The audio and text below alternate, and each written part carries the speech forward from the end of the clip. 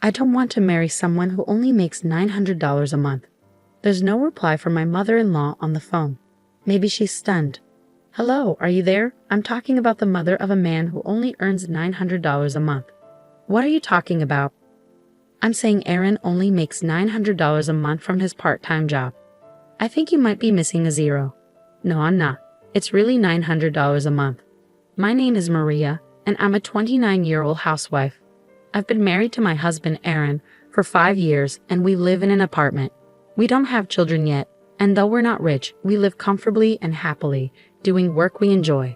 About 6 months ago, things started to change. My mother-in-law, who lives nearby, demanded to move in with us. Despite our efforts to explain that we couldn't accommodate her, she didn't listen. To my surprise, Aaron supported her, which caused a lot of tension between us. Then Aaron made a troubling decision. After my father-in-law passed away a few years ago, my mother-in-law had been living alone and managing fine. But she started feeling uncomfortable being by herself and wanted to move in with us. The real reason, though, was that her house was old and falling apart. She didn't want to pay for the renovations, so she figured moving in with us would solve her problem.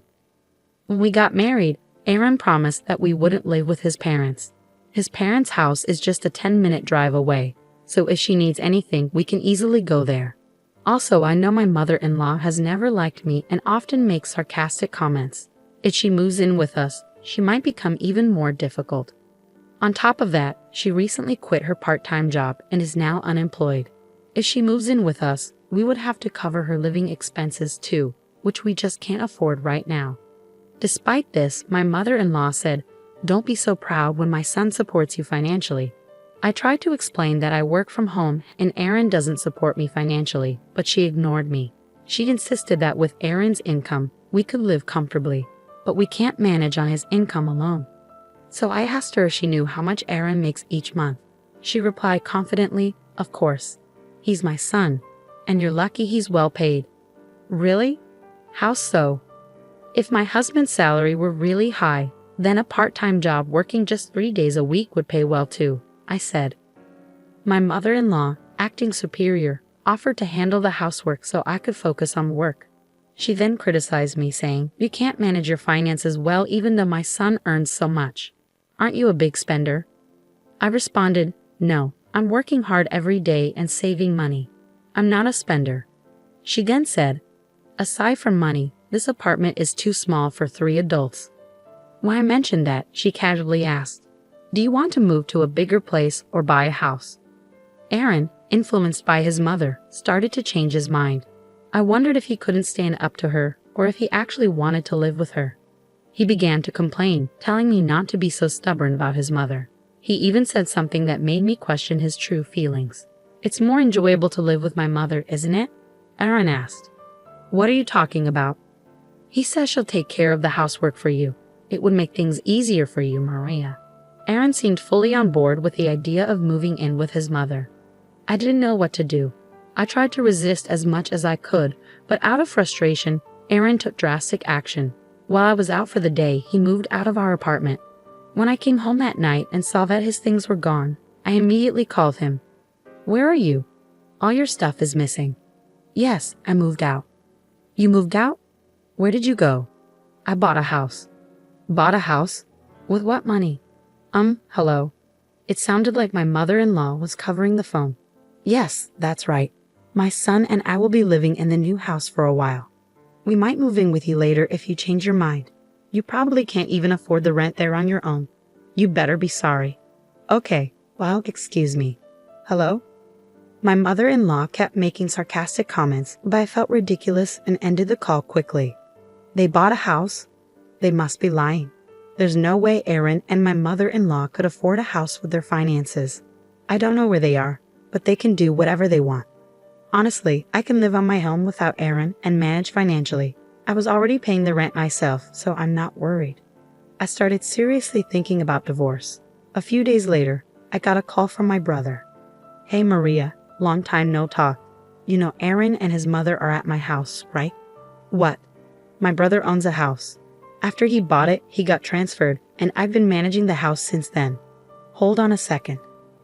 I immediately checked the safe in the bedroom. The key to my brother's house is missing. "Tom, the key is gone. Did you call Aaron? No, I'm actually watching the house from outside. I'm sorry, Tom. It's a long story. I think I have a pretty good idea of what's going on. What should I do? We can call the police right away. Yeah, but they're your family. I don't think the police will intervene. That's true. I'm sorry. I'll handle it in a couple of days. Can I ask you to wait a bit? Okay, let me know if there's anything I can do to help. Thanks. As soon as I got off the phone with my brother, I called my husband. Oh, I hope you're feeling sorry by now. Why is my mother-in-law picking up? Where are you? Oh, you don't sound very sorry, do you? Where are you? I don't need to tell you anything, my mother-in-law said smugly. You're desperate, aren't you? You don't want to give up your husband with a $9,000 monthly salary, she continued. $9,000 salary? Who were you talking about? Of course it's my son. A son with enough money to buy such a splendid house. Ha ha ha. I couldn't help but burst out laughing. What's so funny? She asked, sounding offended. Aaron said that if you don't listen to him, he's willing to divorce you. I see. Then divorce is fine, I replied calmly. How stubborn are you? If he dumps you, you won't be able to make it on your own, will you? Of course I will, I said confidently. I don't want a husband who only makes $900 a month. There was no response from my mother-in-law on the other end of the phone. Maybe she was speechless. Hello? Are you there, the mother of a man who only makes $900 a month? I asked again. What are you talking about? She finally replied. I'm saying that Aaron makes $900 a month from his part-time job, I explained. I think you're missing a zero, she said. No, I'm not. It's $900 a month. When I asked Aaron about his salary, he said around 9. Yes, that's right, around 9, I confirmed. Well, I guess it's hard to believe that your son only makes $900, I said. $9,000 is quite a high salary, she replied, still clinging to her misconception. It was thanks to my salary that we could pay all our expenses. By the way, my salary is around $500. You mean $5,000, according to how you're thinking. I'm not being supported by him. My husband quit his job a few years ago. Since then, he's only worked part-time 3 days a week. When I told my mother-in-law about this, she didn't react. I continued with my story. By the way, the house you're living in right now, the one you think my husband bought, it actually belongs to my brother. What? No, Aaron bought this house, she insisted. My brother bought the house, and I was in charge of it while his family lives in another area. He gave me the key, and Aaron took it without permission. What you and Aaron did is a criminal act, and I'm going to report it to the police. Wait a minute, my mother-in-law blurted out, clearly caught off guard. Okay, we'll leave, but please don't call the police. My mother-in-law hung up the phone, shouting. I'm sure she and Aaron are in a heated discussion now. When I went to check on my brother's house afterward, both Aaron and my mother-in-law were gone. They must have rushed back to her house in a panic. I immediately contacted my brother and apologized for the trouble my husband had caused. I still had one thing left to do, divorce my selfish husband.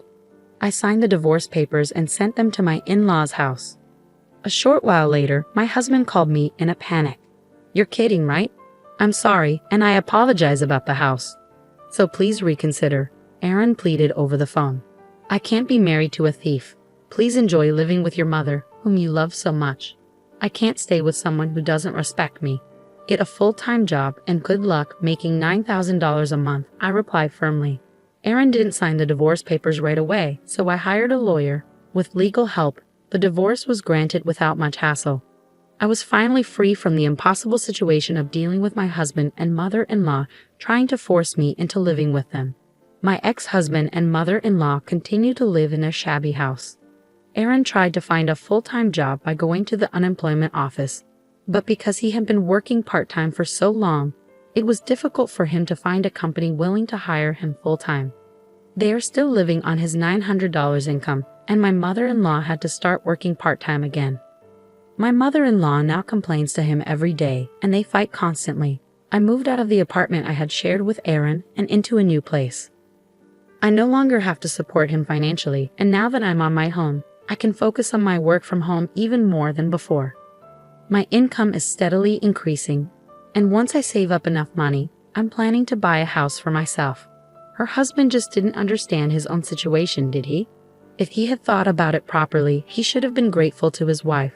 Instead, because he didn't appreciate her, he ended up in this unfortunate situation. It's a good thing that Maria divorced him. Maria, enjoy your peaceful life from now on. Thank you for watching. Please subscribe to the channel if you enjoyed this video. See you in the next one.